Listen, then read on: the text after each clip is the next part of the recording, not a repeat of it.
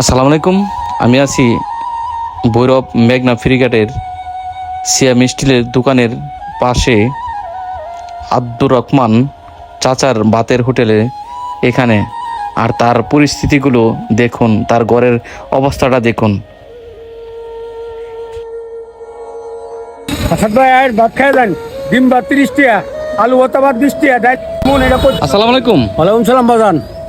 এটা কি বাজার হোটেল নাকি? জি হোটেল বাজার ভেঙে গেছে তুফানে। আমি কষ্ট করে দোকানটা মনে করেন করতেছি, না আমার তো সংসার চলতেছে না।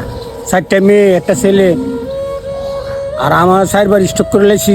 ওষুধের চেয়েও আমি ওষুধ আনতারি না। অনেকে যদি দয়া লাগে আমার একটু মনে করেন দোকানটা ঠিকঠাক করে দেয়। আমি কষ্ট করে মনে করেন আপনারা নামাজ পড়ে আপনারা লাগি দোয়া করুন।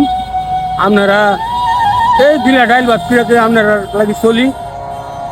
4টা মেয়ে, একটা ছেলে। হ্যাঁ, আমি অসুস্থ মানুষ, 4বার স্টক করে লেছি। আজ 45 বছর ধরে দোকানদারি করতেছি।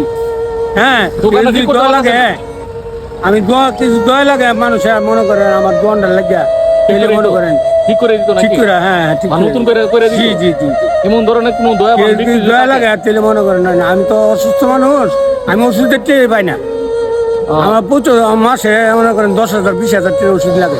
4বার স্টক করে লেছি তো এখন আর মনে করেন আমার জানে দেয় না।